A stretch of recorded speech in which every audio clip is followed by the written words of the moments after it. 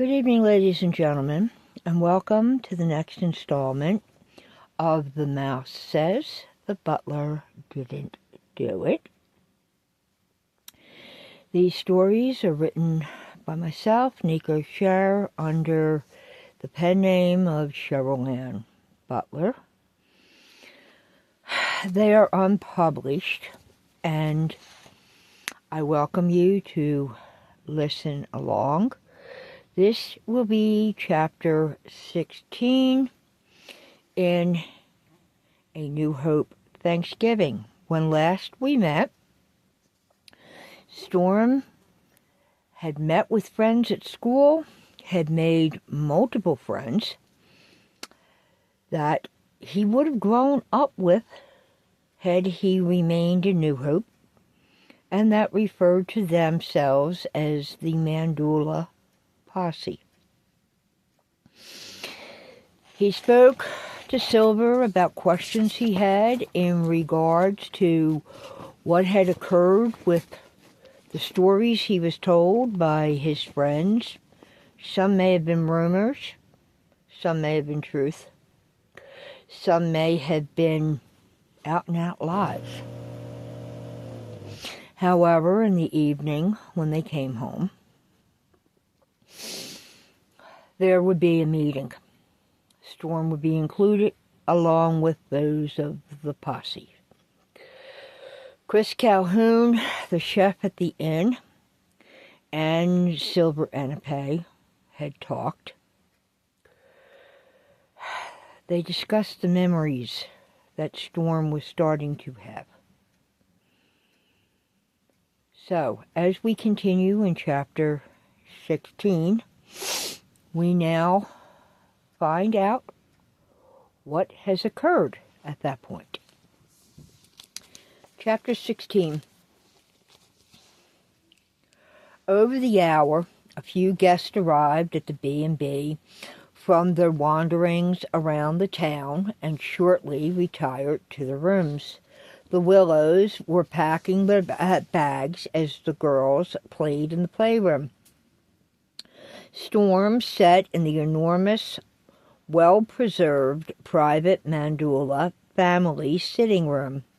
It had been added on to the back of the building near the family's private suites sometime in the late 1950s when the new bride and groom, Polar and Theo, talked of raising a large family there within the lands and the home itself.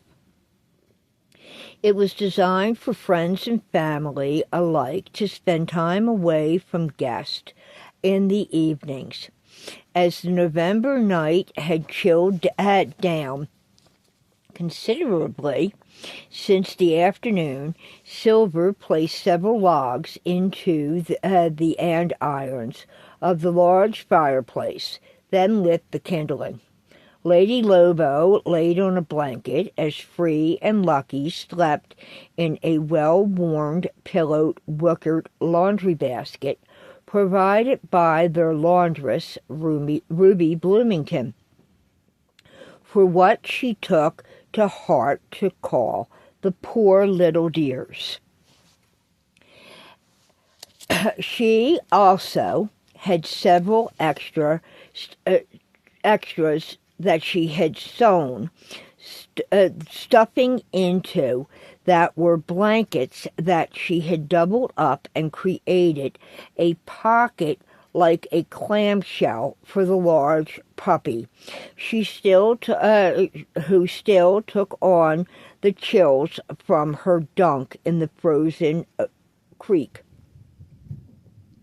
For the first time, Storm saw all the cats of the inn creep in one at a time to take up residence around the room, on the backs of sofas, the love seats, and the recliners. He loved the idea of their names when it was explained to him about each of the 7 cats. Storm was fascinated by the exquisite silver pendants that held a crystal which each of the cats wore on their collar, independently of their name tags. Stanley was a multicolored, large, long-haired Maine Coon cat that was in constant clean mode and had to be watched so he didn't destroy his coat because of the nervous habit. Tommyknocker, or Tommy K, a ginger tabby who constantly blinked his beautiful yellow-green eyes because of a birth defect to the third eyelid that would cause it to weep as he laid on the coffee table. Dr. Danny and Dr. Jonathan had assisted Dr. Rain to do surgery to place weep drains in each of the cat to ease this poor cat's situation.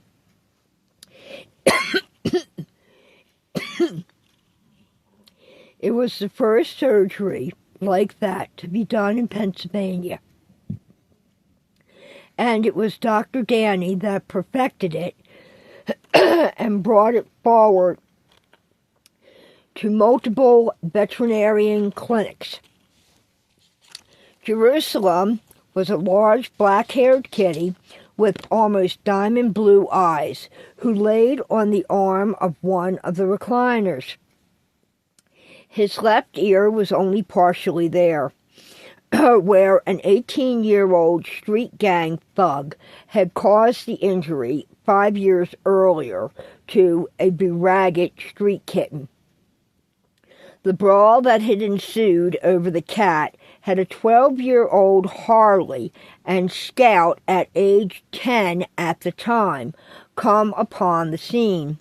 Rain's oldest son had beat the older teen bloody with a plastic wiffle ball bat until Graham had happened on by for a trip to the bank. He had stopped it and taken several shots himself in the middle of the brawl before he could get the bat off of the child. Scout held a bloody kitten in Harley's T-shirt. Graham had then called Rain for the rescue of the kitten and the two children and proceeded to march the teen to the police station and file an animal cruelty report. Now that Jerusalem lived safely here, being partially deaf and blind from the injuries he sustained from the teen, the family had been informed that that particular teen, now an adult, was doing time for several serial murders in California, to which he had gotten involved with a cult.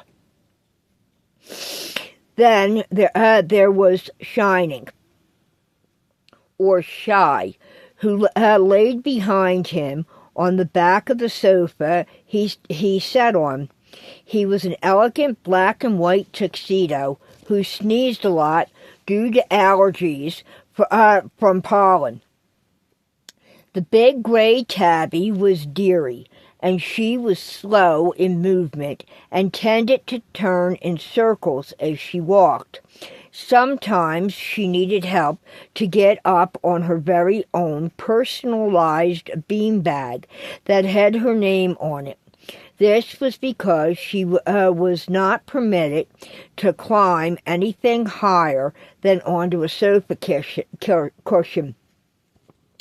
Due to the injuries she sustained, this particular precaution stemmed from the fear of her falling and injuring herself badly as she had done in the past. Prior to her adoption and arrival at the B&B, she suffered head injuries from being run over as a kitten by a tractor. The farmer called Kimmy and Ollie for a rescue in his field, where the man was heartbroken because he didn't know the tiny kitten was hiding there. Hank Bailey helped them with the fundraiser to pay for the surgeries by Doc Rain to save her life. To this day, Hank brought the large bag of cat food each month and several bags of litter to the inn, and would visit with the cats and have a morning coffee before 5 o'clock with dairy. He kept a watch for any strays that that he could bring to the cat hotel behind Mystic Moments. A tortie or tortoiseshell called Sea Rock, a.k.a. Rocky, short for Castle Rock, was another little female who laid on the footstool and was missing part of her tail. This was not from amputation or any injury. It was explained to him by Silver. She was born that way. She was at least part Manx. It was told to him that these cats were native to the island of Man, just off of the Ireland coast.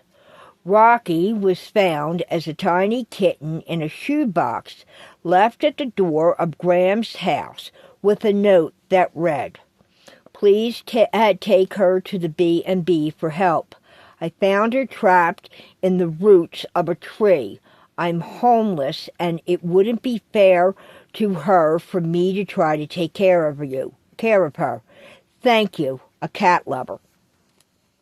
Graham brought her first to Rain, then to the inn, and here she settled, as were the person's wishes.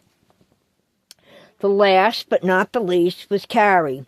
She was a beautiful Siamese who covered the hearth and was the only one that was not a rescue in a way, and yet she was a rescue in another. She was purchased as a Valentine's Day gift for Ethel from Graham, Christine, and Jim when a pet store that was shutting down, and she was left there. She was the last critter that they figured could not be sold. Not sellable material because she was thought to have deformities and no one wanted her. It turned out she was barely 3 weeks old and still needed to be nursed. Graham took on the responsibility and made Ethel's Valentine's Day that year. The cats' names were chosen in honor of Yaya Poppy Papadopoulos. His great-grandmother Poppy had a love for reading Stephen King's novels. King was her favorite author, so when a special needs cat or kitten showed up, someone would bring it to the B&B. The cat or kitten would be given the name related to an older King or Bachman novel that she had read, a town, a title, or a character from the book or short story to honor the author and Poppy's love for his writing. The Stand, Tommyknockers, Salem's Lot, The Shining, It, The Body, a short story by King with the town's name of Castle Rock, and Carrie. One wall of the sitting room was lined with shelves full of books written by King and his pen-name author, that of Richard Bachman, and that of his wife. Other books were about him or his memoir of on writing. It also housed VHS tapes and DVDs of his movies and miniseries. The adults started to trickle in, along with the teenagers. In less than 15 minutes, the room was packed with the teens and kids taking the floor and beanbags so the adults could have an easier seat to get out of on the furnishings. Dakota, Jim, and Richie stood in front of the mantelpiece as the rest took seats. More folding chairs were brought in by Graham, Devon, and LeBeau. Most of the friends found spots on the floor, and Kimmy had taken a seat by his feet to lean against his leg and pet Dearie in her beanbag. They, in just the last few days, had become close.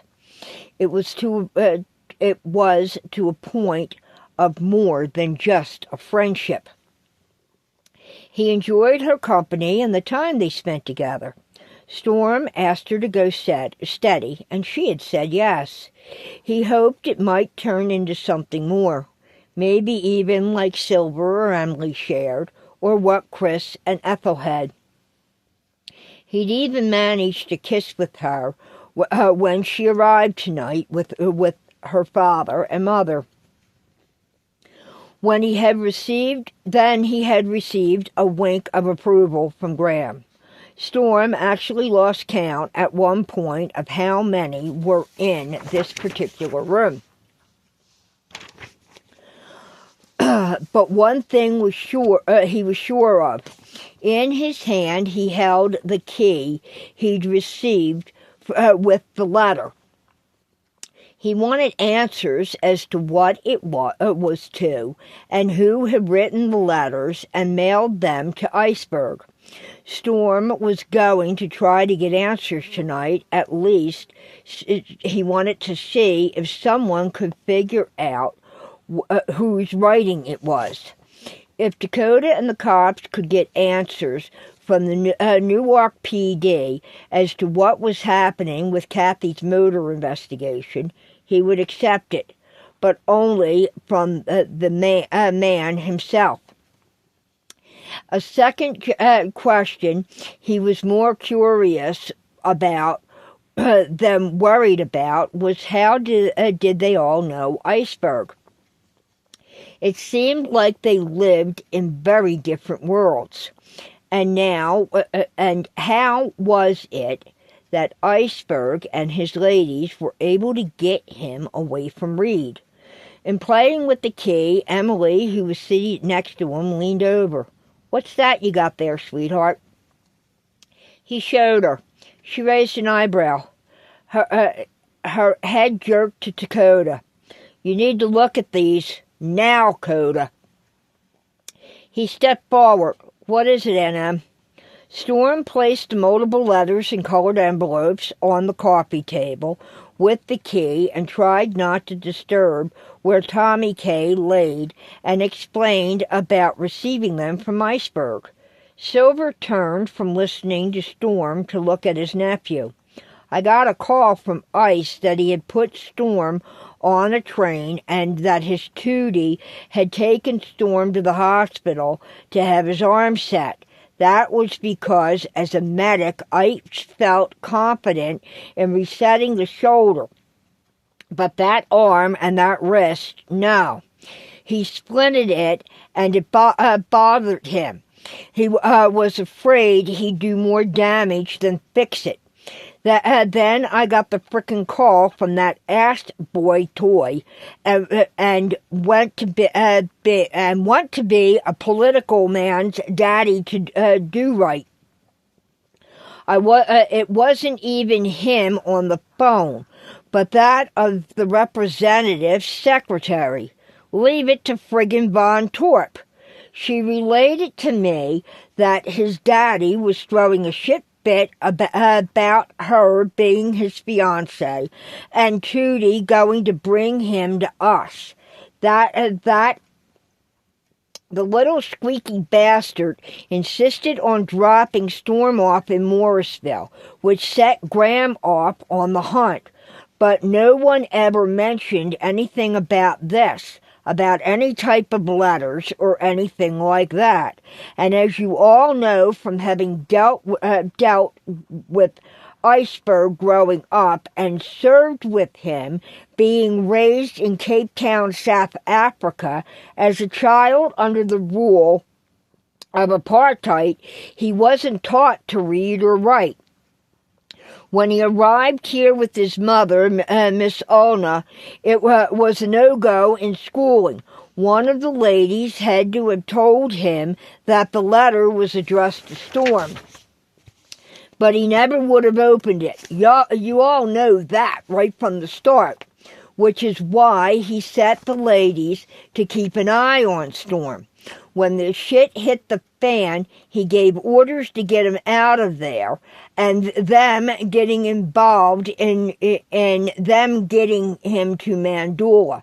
Although, even though Iceberg said he was late on the draw, he admitted it and regretted it. And he had no idea Storm was left in Morrisville instead of being delivered to the doorstep of the inn, Silver explained.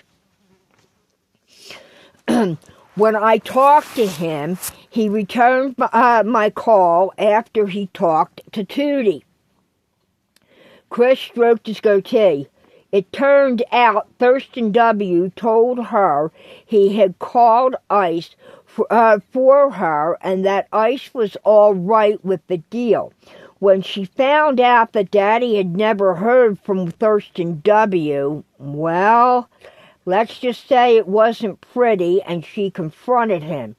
She stated he told her that I talked to your mother a few days earlier, and she just didn't remember. She made the call to her mommy dearest when he told her this. Your mother was the one who said she would inform ICE. Bullshit, Mommy said. I don't remember telling him that, and I don't recall a call from him. But instead I got a call from his father's secretary telling me his father would call ICE. But yet the Iceberg was never informed of any of this shit. Tootie went apeshit on both of them, and they've been trying to get her to go to her mother's house for Thanksgiving.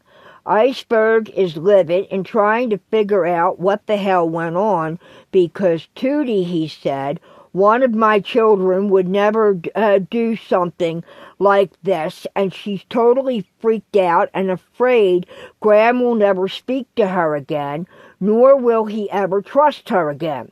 Graham looked at his father. I owe that girl. He shook his head. I owe her an apology. She tried to do what she was asked to do, and this fucker interfered and screwed shit up for her and Storm, and now she's terrified that I'm going to lose it with her and abandon her? Like her friggin' mother did all those years ago?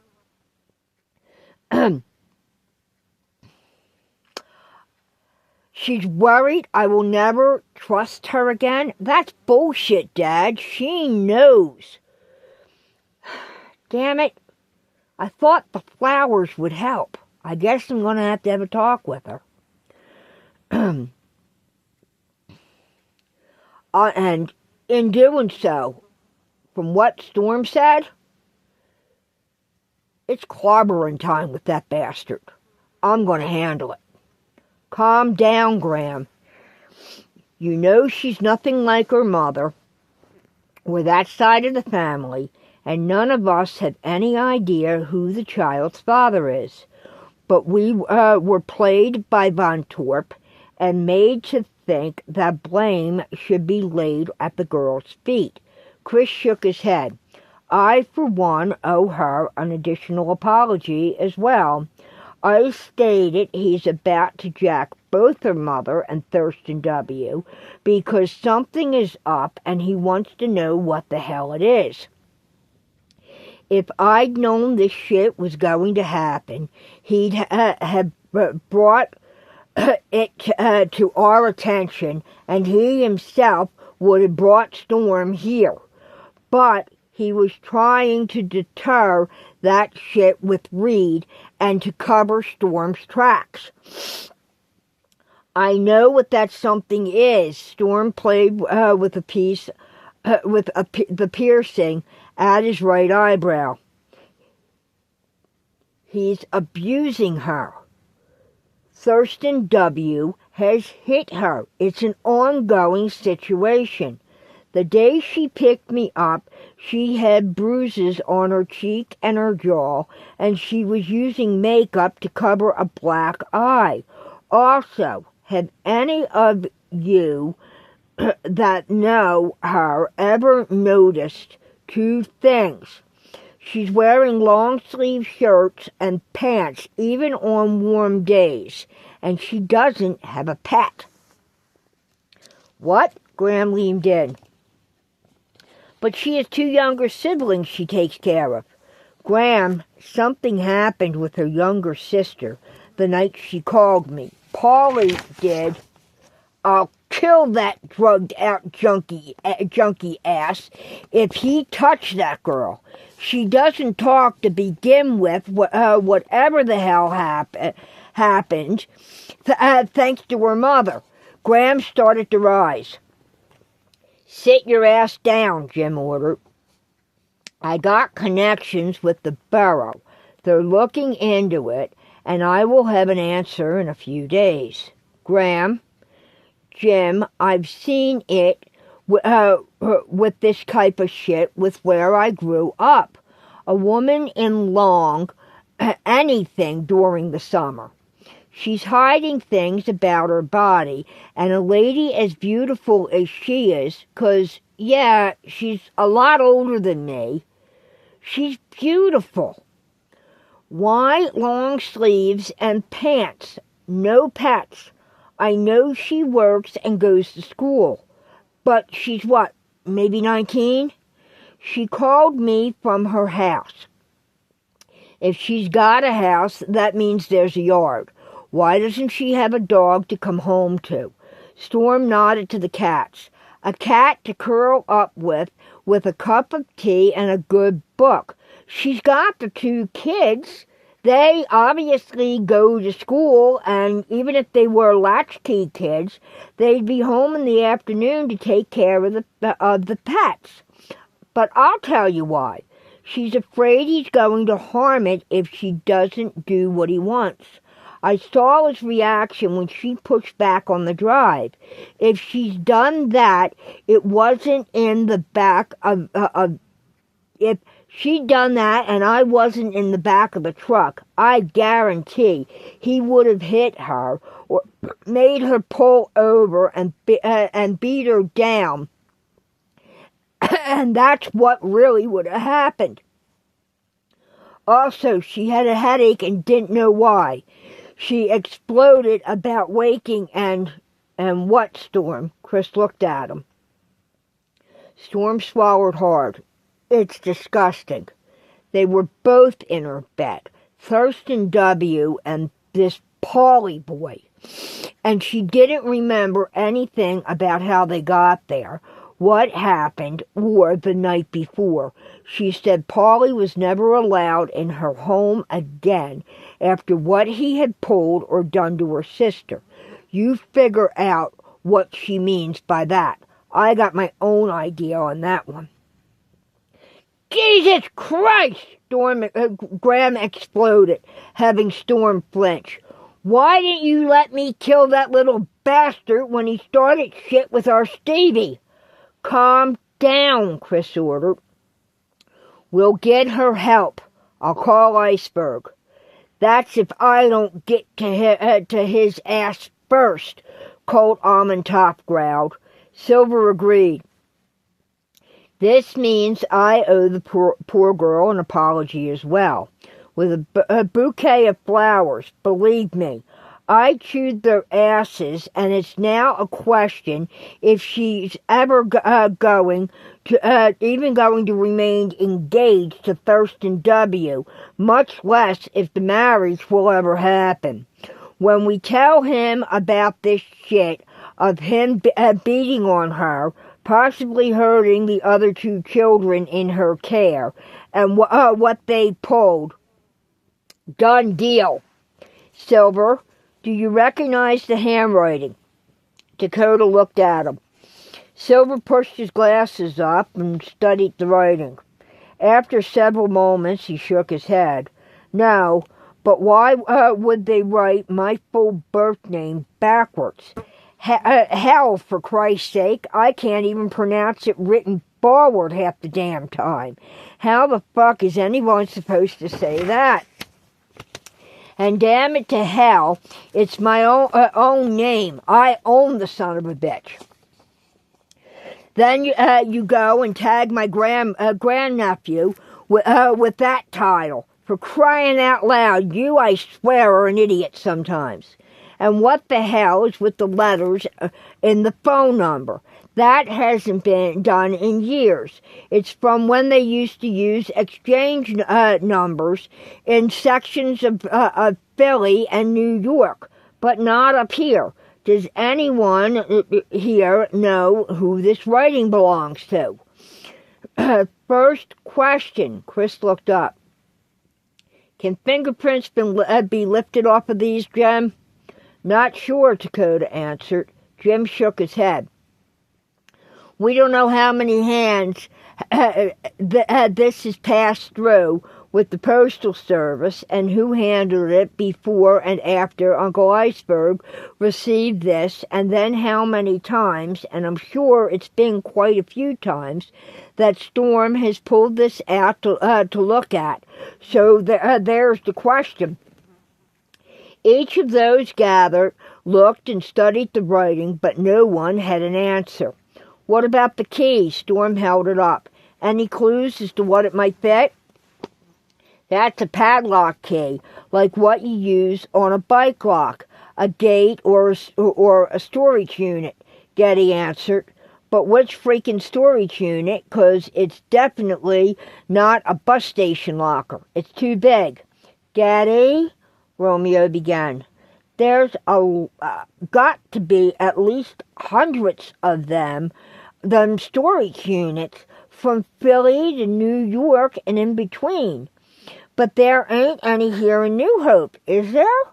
Folks up here, though, they rent out their barn space and their storage, their garages and stuff.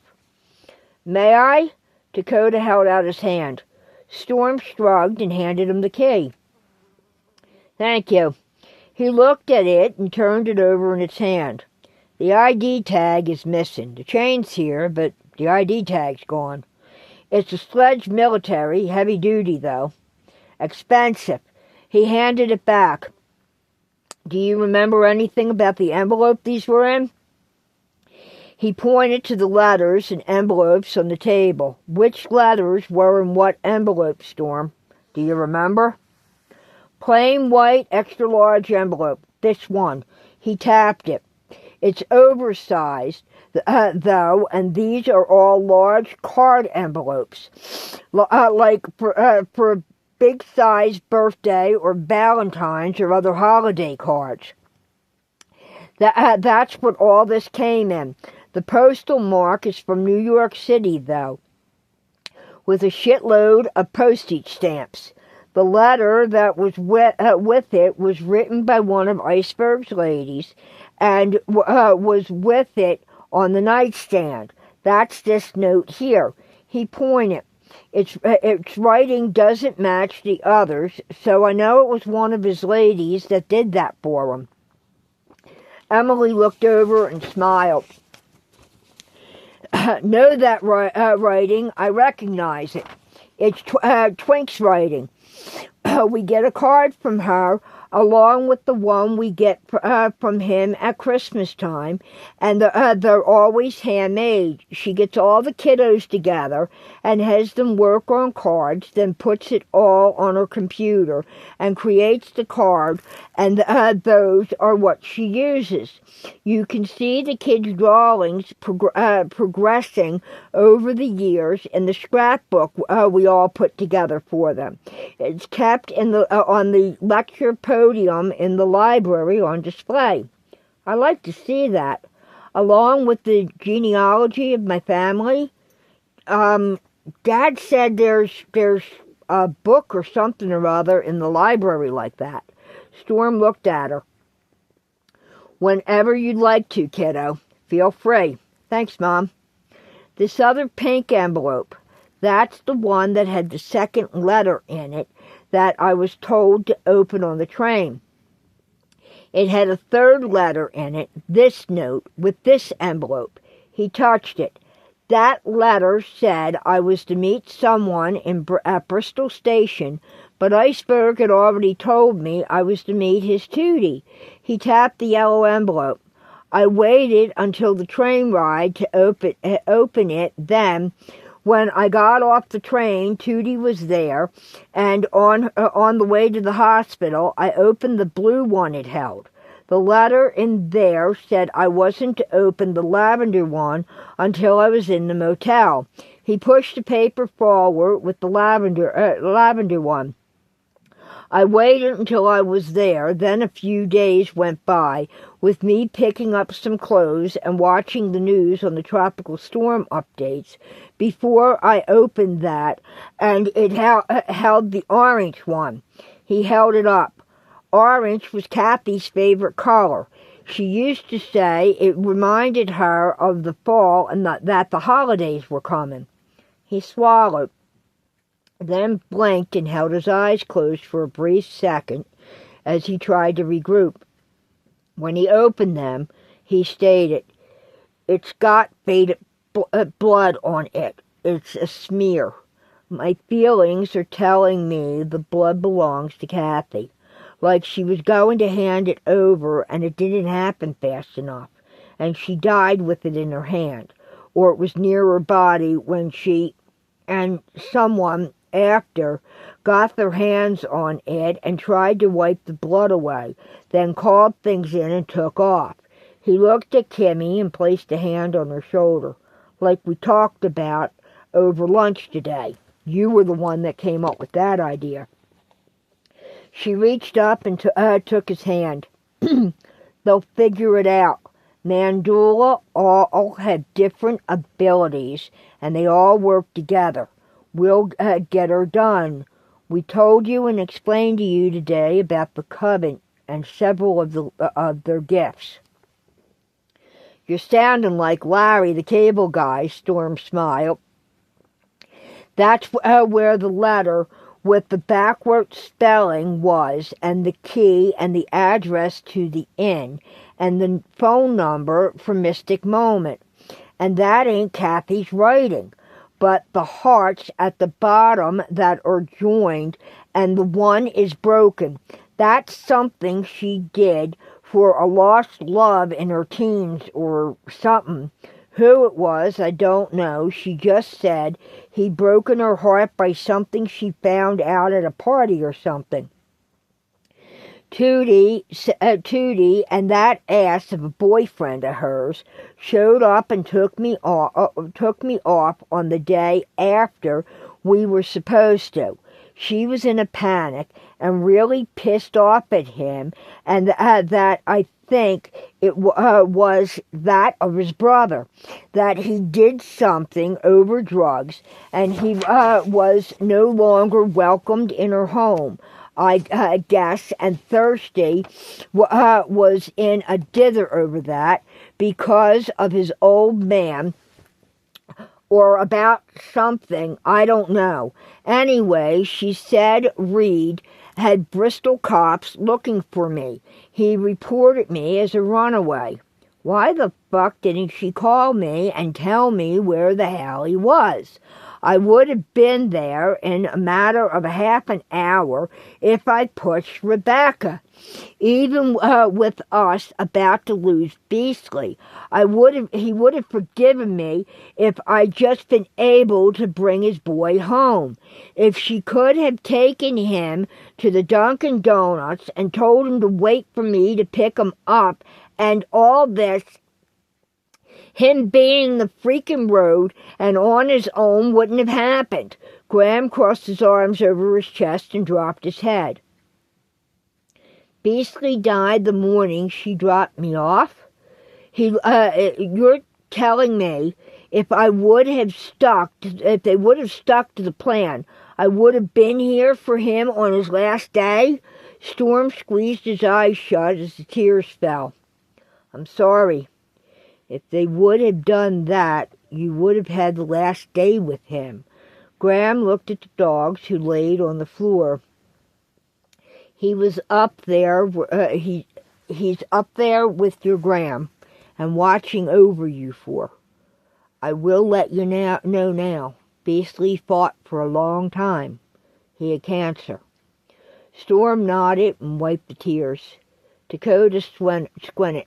Bristol. Bristol Township or Bristol Borough? I don't know, the team snuffled. The chief looked over his shoulder. That make any sense to either one of you guys? He asked Jim and Richie. No. Jim shook his head. Usually they kind of brush a runaway report aside, unless he was called in as a missing child, and then he was reported that someone had seen him, but did it anonymously. But we don't have any type of report of that. Richie glanced at his partner. No, it didn't happen that day. Couldn't have. If he was reported as a missing child, an Amber Alert would have been issued. It would have gone statewide, then national, and it wasn't. You're right, though, Jim. It don't make sense unless it was done through through private channels. He's got an in with someone there, and not every cop is on the level. Especially when he showed up here twice looking for Storm. His connection fell through. He had to have figured out where he was heading. But the question is how. I'll be making a call to my connection, Jim said as he nodded. I bet anything it was Polly Boy. Graham pushed off the frame of the archway. If that fucker is jonesing, he'd sell his own mother for a spike. And Thurston W. said Tootie was pissed about Polly Boy being told. That fucker sold out. Storm's statement just confirmed it, along with whatever the fuck he pulled on her younger brother and sister. Chris nodded. Something's up with that shit. I got me a feeling about. He looked at Silver. It ain't no old rumor. Donald likes them young and defenseless. Polly Boy is his blood, and look at who Polly Boy's mama is. Silver stared at him. Beatrice Blakely, whose father, Chris, that old bastard, and her brother need to be in an asylum. They were in Byberry at one time, and Penhurst. Her father is a contained senior resident and is under watchful eye, Ethel stated. Ida is the only one out of that family that has ever been right in the friggin' head. Graham, Tootie called me the morning we were supposed to leave and said she had personal things to handle, and there was a lot of giggling, and it sounded like they were drunk behind her. Storm started to rock. She said loud enough to stop what they were doing, and when she picked me up, she said about a headache or hangover, but she hadn't been drinking, and that's when she started with making the threats that seemed to freak Thirsty out about his brother. Stoned is more like it, growled Dan Lightfoot. He's been a drug addict since we were in school, and he was into it bad back then. And the good state of Pennsylvania representative had him in and out of rehab for years in secret, which is funny as shit because we all knew about it. He'd come home and brag about his stay, and a week later he'd be right back at it with a spike in his arm or snorting something up his nose or popping friggin' pills left and right. His mother and father did a lot of scrambling to cover up shit that was suspected of him that involved several young ladies that had disabilities in the multiple facilities he was placed into. Storm raised a hand as he continued to rock. "Can I say something?" Dakota nodded. "You're telling me this Paulie boy is a pedophile?" "Hell friggin' yeah," Jess McMichael stated. "Been there, done that. Got the t-shirt and the ball cap both." Tootie said now, and I don't know when it took place, but Reed, he told Iceberg that Kathy had something that he needed and wanted to get back. He needed to retrieve it. She added, one way or another. He needed it and she was holding it. I'm wondering if she was trying to blackmail him over something. And it cost her in one of his higher-than-a-kite situations.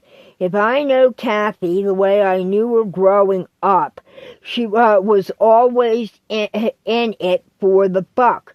She was probably holding it over his head for the cash. Only this time, he sighed. My fucked up mother didn't come out of it alive. That's what led to what happened when she was murdered. Murdered? The word echoed from one person to another around the room so many times it seemed he couldn't tell one voice from another. Yeah, just another victim in Newark. Oh yeah, to quote the old Phil Collins song, just another day in paradise. Christ. Chris looked at his and Ethel's oldest son. Jim, what do you think? Chapter 17. Hold it, people. Dakota put up a hand. Storm, when her death occurred, and when you were moved, no one up here received a single phone call, and the supervisor I spoke to said your caseworker was given all the contact numbers. They were in your file. I did not find out until I tried to contact the caseworker. Storm sighed. Starr recognized her. Starr called her by a name, and she denied it.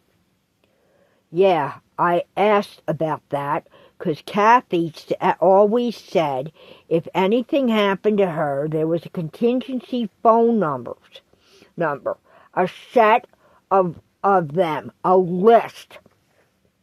It didn't make sense to me. She's a real winner, I'll tell you that. I think she's connected to Reed, possibly a client. She said the one she had was no longer in service. That's why she took me to foster care home. I was being moved from one to another, 4 in fact, until she took me to Reed's. The day she took me to him, she stated she called him and he said he would be there, or that it was okay for her to drop me off there. But it was like she was disappointed that he wasn't there because she was to get something from him. She actually said something about he was supposed to give me and then didn't finish. Social workers aren't supposed to accept gifts or cash or drugs. Kimmy looked at him. You said Miss Starr recognized her from somewhere, right? Storm nodded. She did. But she just denied it. She said that, Starr was wrong. And I got the feeling something wasn't right. Starr rolled her eyes. I remember that. Liar, liar, pants on fire, Romeo sang. The family chuckled at Romeo's childlike song.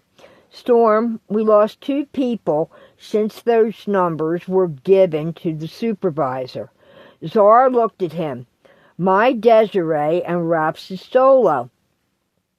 Their numbers were removed, but Diamonds, Queenies, Colts, Mercuries, and Salazars, along with the tat shop, frame store, bookstore, and the pet bakery numbers had been on there. The pet bakery is because the owner is a retired police officer and is my goddaughter, Lucy Kay. Every adult in this room and their businesses, those numbers are there, I guarantee it, because our woman checked it in the weeks before we lost them and went down the list with Donna Cooley. The supervisor was contacted each month as a matter of principle, and those numbers and names, landlines and cell phones with the businesses were there. I promise you that. Dakota stared into the fireplace. She had them listed, and I confirmed it.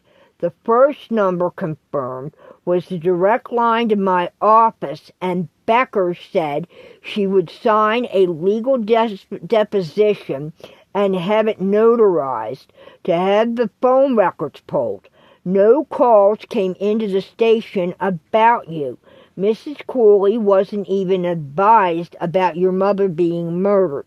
She read it in the paper a few days later, and when she inquired, that particular caseworker told her you were already placed with one of us. She's the one who told me Kathy had been murdered, Dakota finished. So she was on his payroll. That figures, and explains about her actions, and if someone in the foster care home asked questions, that's why I got moved. Storm nodded. Afterwards, probably as soon as the cops left, the apartment became an open market. Anyway, Tootie said Iceberg told her Reed thinks I have whatever this item or thing is. She, Kathy, had or I know where to find it. That's what he thinks. That's more than likely why he put me in 1404, which is now completely empty, and the dog and cockfighting ring has been disbanded. I made the call the minute you gave me the info. Dad is going to accept the birds, and Rain has kennels set up for the dogs and several cats that were being used for those fights. Storm took a second breath. Probably the second he realized I was gone. More than once he went through my stuff when I was at work. Even with the padlock I put on the door the day they took me out of there, it was busted off because one of the ladies was in there packing my stuff. The door was wide open, but when he got sprung out, and I'll tell you this, he's a friggin' nut. He held up his cast. Well, when I got hurt and Iceberg and the ladies got me out of there, he took a deep breath. The bastard figured he'd blown it. Ricer growled. Just like George would blow shit, then tried to make it up with Aunt Ranella. He figured you took whatever it was with you, and now he needs to get you and it back. Dakota motioned to Jim and Richie. They stepped to the side, then out of the room. Ricer? Happy looked at his and Bet's oldest son. That still doesn't explain the letters and the key. Iceberg may or may not know something about those letters. One letter that stormed the one letter that stormed opened on the train said someone would meet him. So did Iceberg. There's a connection. Iceberg had Tootie meet him there. He doesn't read or write, so someone told him to get that girl in position. Whoever it is wrote that letter, and it happened after Kathy's death. And not all of them, at least I don't think so. As Storm said, that one envelope has a blood smear, and Kathy's signature hearts on the bottom. That was a collaboration between Kathy and someone. The writer of the other letters. But who is it? It's obviously it was someone Kathy trusted. That means if Kathy wasn't holding it when she died, then it was at the apartment when shit went down and was retrieved shortly thereafter the assault, and she may not have been gone when it was retrieved. Soldiers sometimes hang on after a brutal attack or firefight and to get a message to someone back home through someone else. You know that from being wounded yourself. The critical injuries Nut Wolf suffered and your injury was Swoop Pele practically carrying him and dragging you to Dakota on that fucked up mission with Nick Charlemagne, and you went into to get his family. She could have been hanging on until she was passed on what she needed to say and was able to hand it off. Dad, Cody began, I'm thinking whatever it is Reed's looking for is in a storage locker. If it is in a storage locker, and it's a legal business, hopefully it's not like Romeo said, and in a private barn or garage somewhere. Wherever the hell it's located at, we need to find that. Hey, fellas, Bet spoke for the first time. She rubbed her one finger over her eyebrow. The letters and the follow the leader routine. Does this remind you of anything? Anyone? Something from the past? Like 10 years ago in August? Emily went wide-eyed. Letters came to Mystic Moments for Ranella.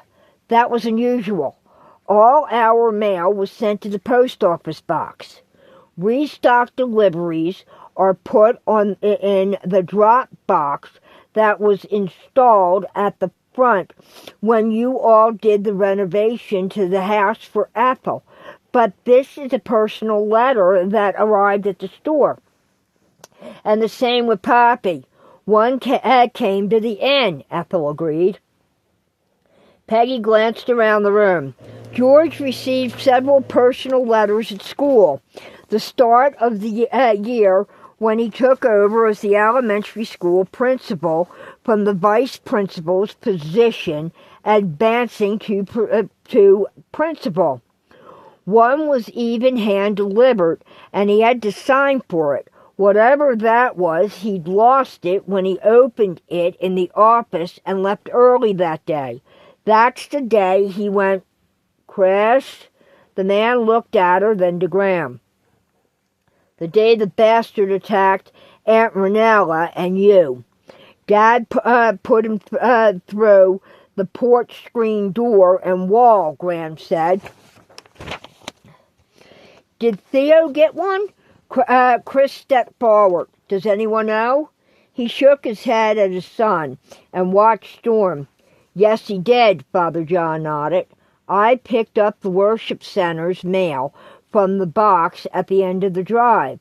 We were and are the only one to receive mail here, and that is only our subscriptions to the religious magazines and the correspondence with those in the fields.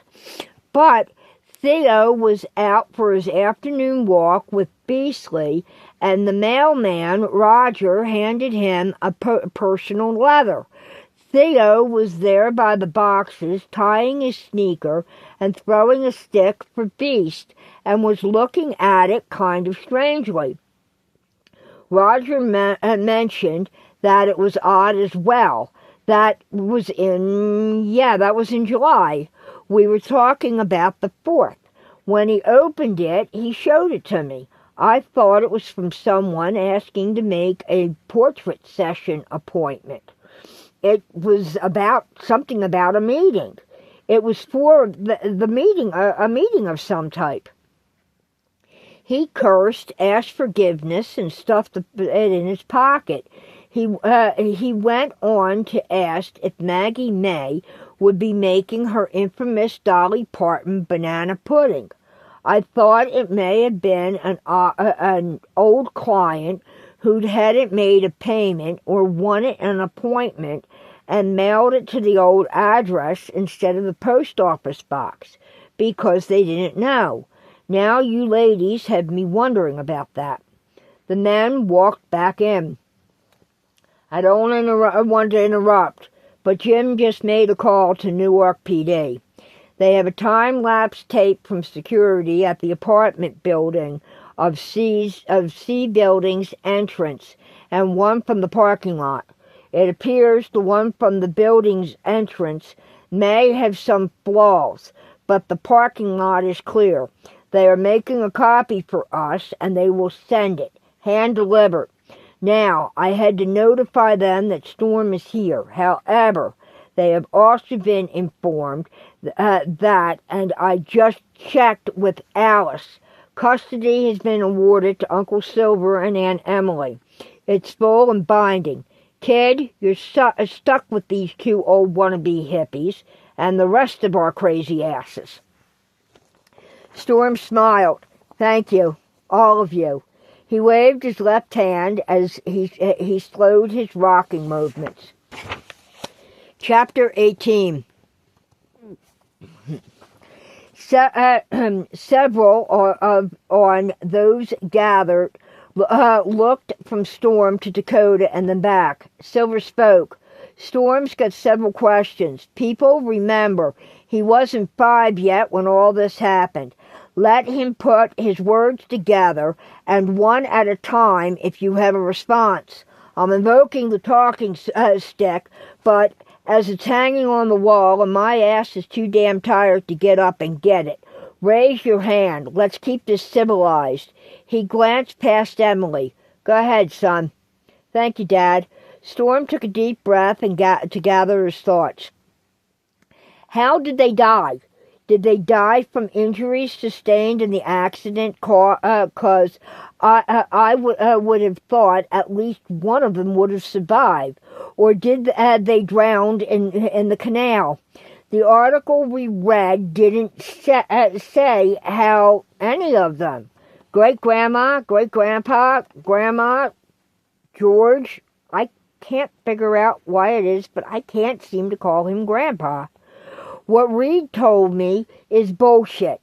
Kimmy proved that wrong to me with her, Scout's, Laurel's, and Heather's, and Bianca's and Dominique's help. He nodded to Scout and squeezed Kimmy's shoulder. The death certificates I found with Mrs. Culpepper's help at the Vital Records Department list cause of death under suspicious circumstances. What the hell does that even mean? Somebody please explain that to me, and what it means to me is that they weren't underwater. The room was silent. Cody and Skeeter looked at each other. Their 5-year-old daughter, Shannon, and 2-year-old son, Cody Jr., played on the floor in front of them with Romeo and several of the little ones. Skeeter spoke first. We were teenagers. Cody was 17, I was 15. We were into hiking. Still are, Cody gave a nod. The rain had stopped early in the morning, and the ground was fairly dry. The towpath is, and has always been, a beautiful hiking trail. Uncle Silver said you hiked part of it with the dogs. Yeah, below the abandoned tea house room, Storm acknowledged. Well, that morning of September 14th of that year, we'd hiked about 3 miles an hour's hike from Dad and Mom's house. She pointed to Father John and Maggie May Pales. We lived north of New Hope, about 5 miles from the B&B, above the New Hope Lambertville Bridge for 179. Storm leaned forward. You're the teens who found the car? The hikers? God almighty, I'm sorry. You were just kids. My age. You must have had the wits scared out of you. Skeeter winced. I still had bad dreams about it.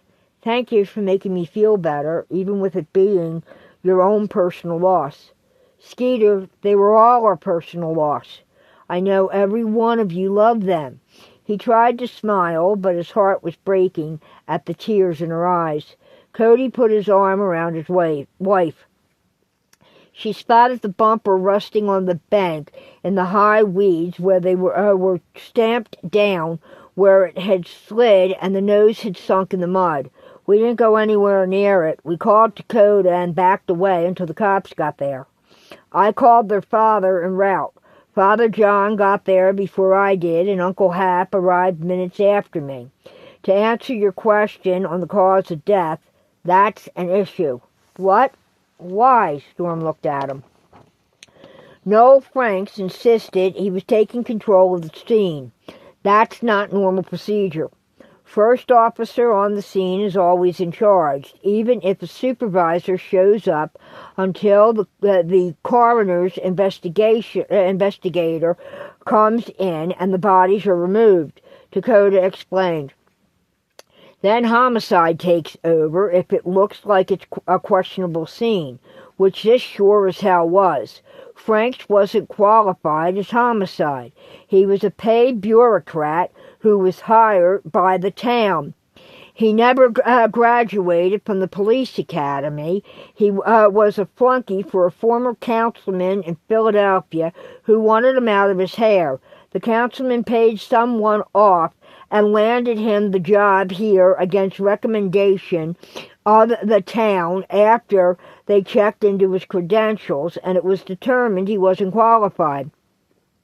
He had barely missed being picked up in the sweep of the mayor's office when the feds came in over employees of John Street wheeling and dealing with possible junior black mafia members. A favor owed, shall we say, was paid off. Man doesn't know his ass from a hole in the ground and couldn't find his own rear end with both hands, and a seeing eye dog. No offense meant to any of the canine family members, but he is an asshole, Hutt growled, even if he is my mother's distant cousin. Dakota shook his head. He destroyed more evidence that day than Jim, Ritchie, and I could collect, and damn near got my best friend drowned, and could have cost us another damn fine officer if he wasn't determined to keep his partner's head above water. He called the newspaper while it was still an active crime scene, and the local TV and radio stations were all over the damn place. They had so much paparazzis there, it would have made Princess Di's funeral procession look like a forgotten parade. Bucks County M.E. threw a fit because Franks opened the doors in the canal. He claimed after, I didn't realize the water current speed of 3 miles an hour or better would infiltrate the car and destroy evidence. The voice Dakota put on actually had Storm's smile. He was acting like an idiot he professed to be, which is bullshit, 'cause he's sly as a fox and sneakier than shit.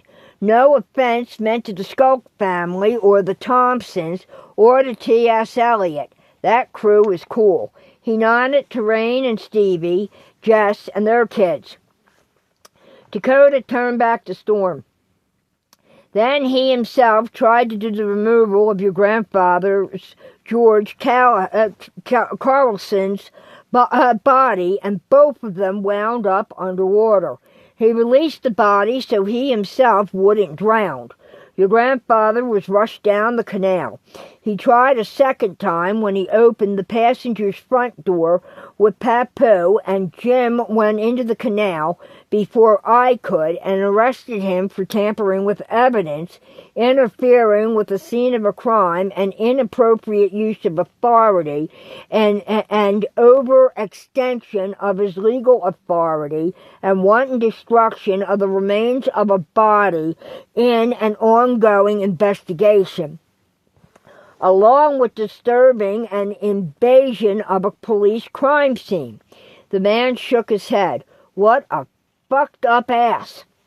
Storm looked at him. You're serious?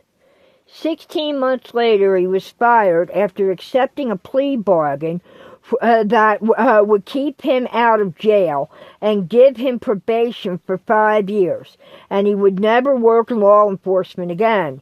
He was removed during the formal investigation by the state and the FBI.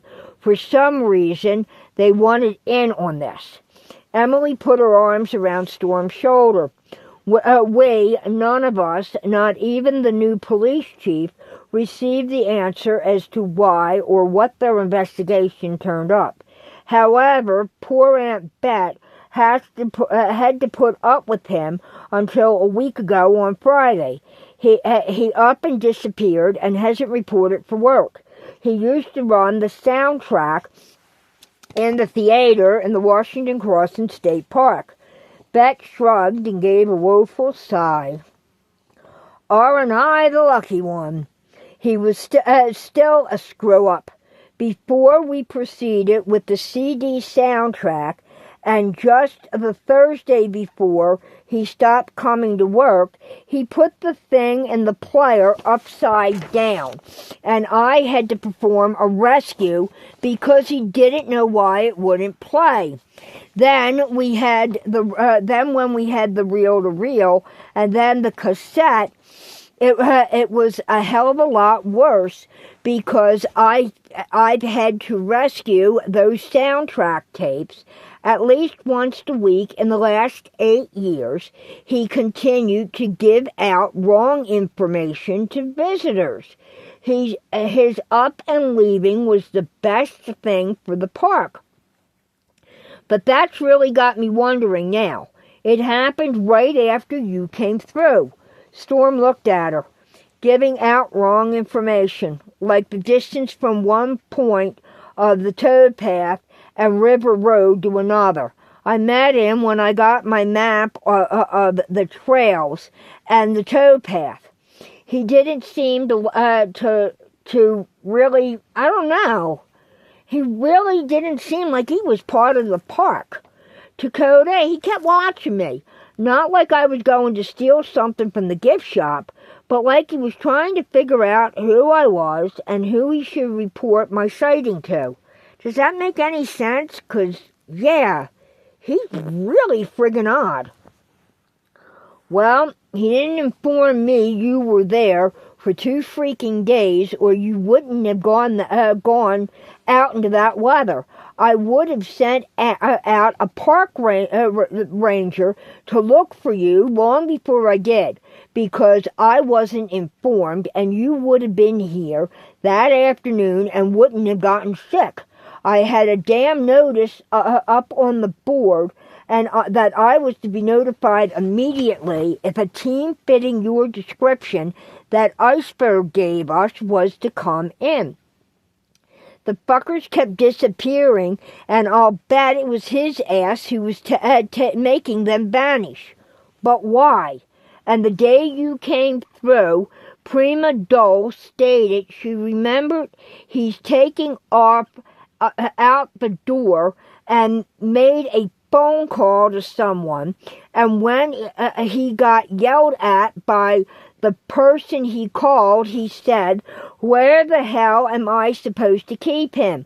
I can't do that in the rooming house." So why else would he have taken off? Answer me that. Bet blew out a breath.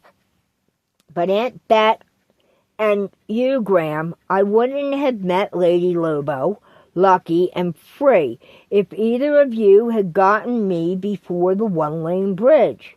I'm kind of glad you didn't, 'cause I got them and they got me. Although, yeah, I miss being with Beastly on his last day. He looked at them. He looked at them at peace as the dogs rested by the warmth of the fire. Storm, you hit the nail on the head with both counts. We're all glad you rescued them and they rescued you. On the other hand, with him, he's been that way since he was born. My mama can deal with anyone, except him. She says he takes after his father that never stuck around. Hutch shook his head. Was there some type of trauma caused from George's? There was damage that was determined to have occurred after death from Noel's stupidity and his body being slammed into rocks and boulders in the canal before it was caught and stalled under the New Hope Lambertville Bridge area. But none of them drowned. Dakota looked over his shoulder. Hey, Richie, you want to take over with the details of the scene and the configuration of the measurements you and your dad handled? Richie gave a nod. I spent almost a week down there on my own free time. So, you know, I'm married to Cricket, Reverend Father, Dad John's, and Mom Maggie's daughter. When I wasn't there, my father was. Dad is a historian for Bucks County, Dr. Remus Allman. Noel didn't like it one bit. He pulled a lot of shit to cover his tracks, and the fact that my Uncle Charles D. Waterston is the M.E. and Mom Bowie is the Montgomery County coroner, is with the Montgomery County coroners, and works hand in hand with Bucks County coroner and their investigator. She has a background with the FBI, as she was their forensic pathologist for over 30 years. In her report, she and her assistant, between the two of them, they brought up more of Noel's incompetent actions to question with the DA, and he was fired due to those findings, along with the conviction and plea bargain. Here's what the papers won't tell you, because Jimmy and I had a gag order issued by Judge Clifton. The car was a rental. It was on loan with the possibility of sale to the inn. It was 2 years old and had been damaged before the agency had received it. The records show that it had been sideswiped on the driver's side, so the option to purchase after it was rented was offered. It had been properly repaired by EBC-S Body Shop, and the man on the sofa next to you did it and told Papu about a very good offer the rental company was given for such a luxury car. All right, so Storm looked at him. The B&B was looking at the idea of purchasing to drive people from the B&B to the Playhouse or to the train station for the historic steam engine train rides, or the Canal Park for them to board the boats when they were to be ran, if they were to be started for tours again. They had shut down for a while and were an on again, off again thing, but this would be enacted as a courtesy service for the end, Jim put in. Storm gave a brief nod. Okay, I know from Dad, not the paper, that it was a 2011 Diamoneer AG Maybach 62S, 4-door sedan. It's worth at least $100,000. I looked it up on my phone. It's a big car. It has a B12 engine, 600 plus horsepower, and weighs over the 3-ton mark. Expensive, as it's worth the cost of the average-sized house. You're right there, Storm. Ricer crossed his arms over his chest. between 140 and 160 grand, and that's used today's prices, a decade after the fact. Richie took a breath. The measurements Dad and I took. He opened the file he held. It took both of us by surprise, and the newspaper has got something very wrong. The drop off of that area of the canal is 16 feet. The average along the canal is 15 feet. However, at the time, from the heavy storms that week, there was debris from upstream. When the Maybach came to rest, the front bumper caught the debris and only sank a foot into the mud. The water level from the swell of the storm was close to 6 feet, and the current, by the estimate from Pennsylvania-Delaware Canal Division, puts the current at 4 miles an hour or better. Okay, so there's a difference in several contributing measurements and factors from you and Dr. Ullman and the news report. Richie nodded. The size of the big-ass car is a major factor. It's 20 feet, 3 inches long. She went in nose first, which is weird to begin with. That towpath area, in that area itself, there is maybe 30 to 35 feet of width. It looks like she went sideways. However, there were no marks as to where she would have had to have slid to get into that position she would need to be in and drop off to go into the canal in order for her to have gone nose first. There were no tire marks. That ground was saturated from the rain that week. There were no marks that there were some marks that resembled some type of tractor tire, though. That's another oddity. Nothing motorized goes along that path, but the occasional trike or four-wheeler or dirt bike.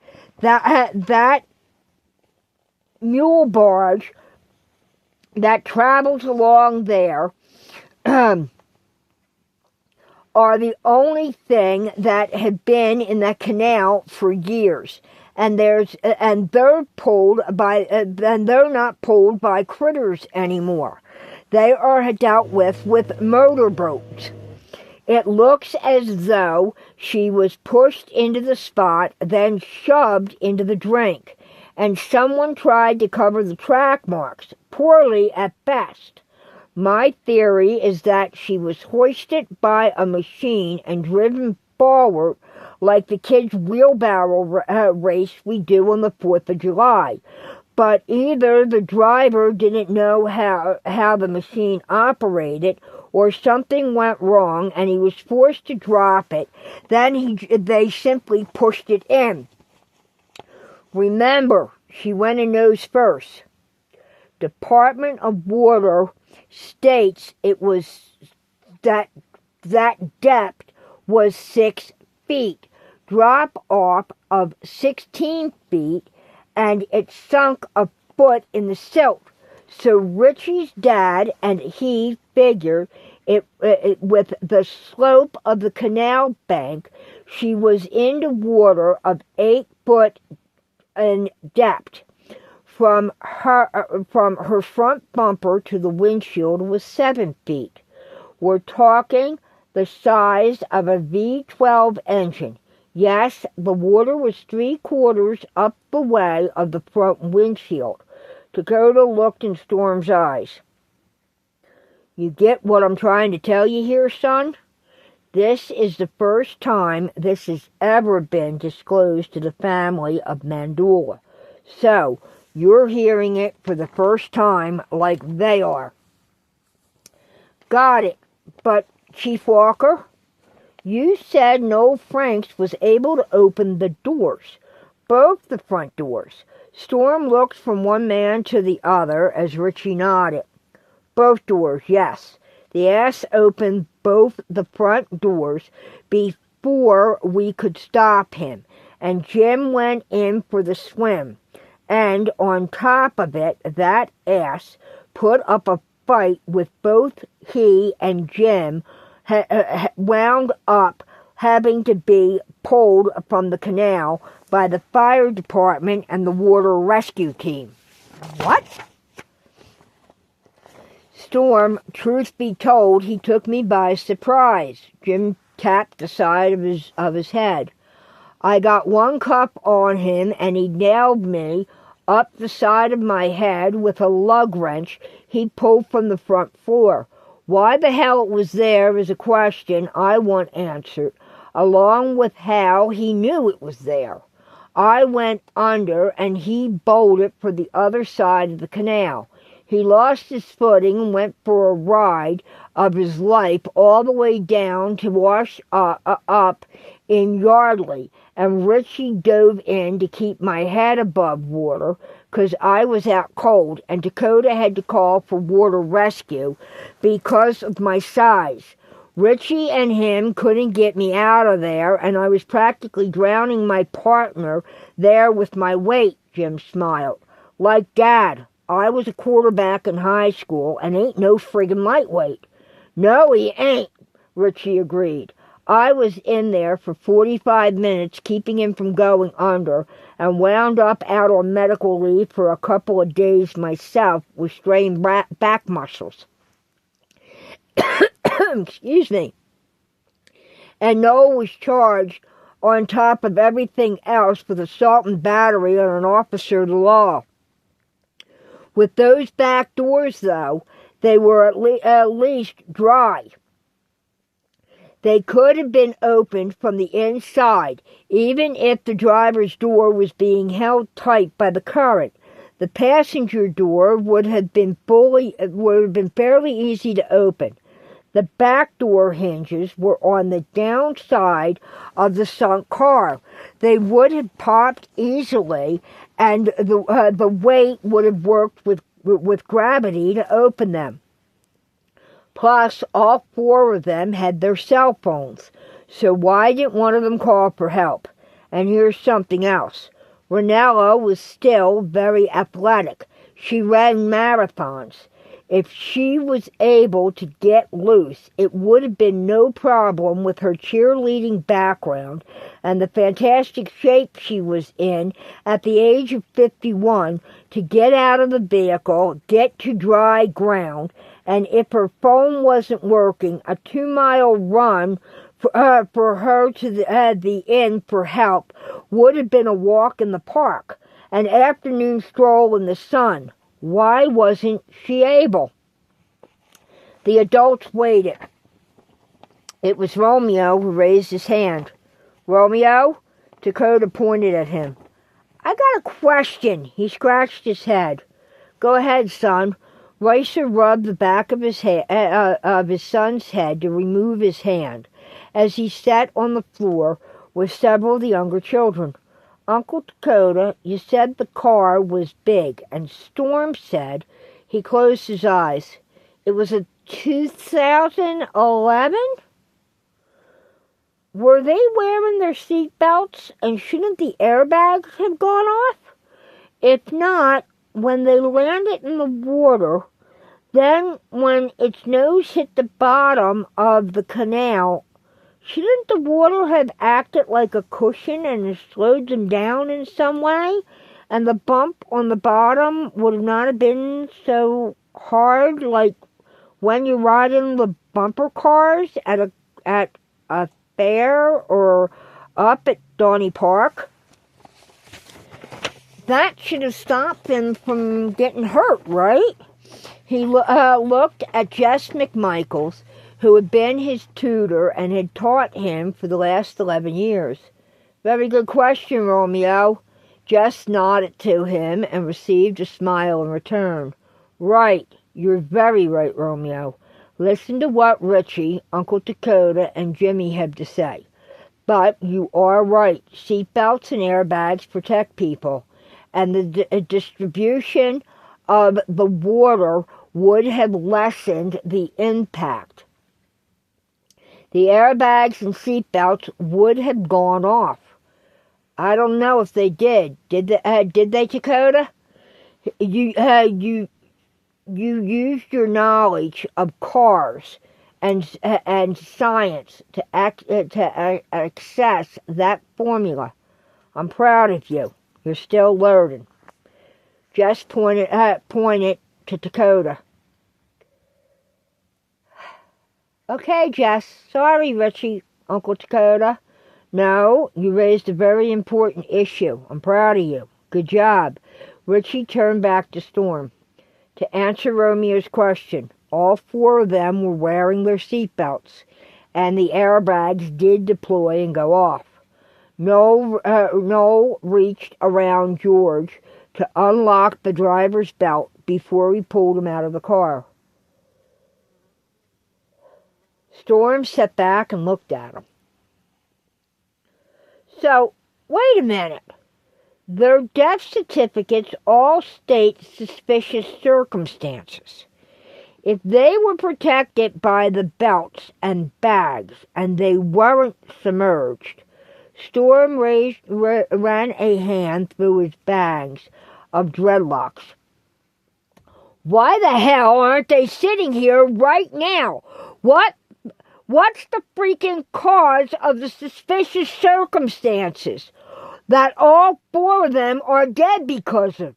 Storm bolted to his feet. What you're telling me is that they... Jesus Christ! It sounds as if you were saying they were dead before the car went into the water. That means they were murdered and put into the car. Is that the fact that you're trying to tell me my grandparents and my great-grandparents were murdered? What the fuck? He threw his hands up, then tried to catch his balance, leaned on the sofa, and stormed out of the room as he shook his head. Kimmy looked around the room. Ah, shit. I figured this was going to happen. She stood. Can't guarantee it wouldn't. I'll be back, though. She followed Storm. This is the end of our chapter for tonight. I hope you enjoyed it. I hope that you will return to next week's episode. Please hit the like and subscribe and ring the bell for notification. I appreciate you all here. We will continue next week. Have a blessed evening. Thank you.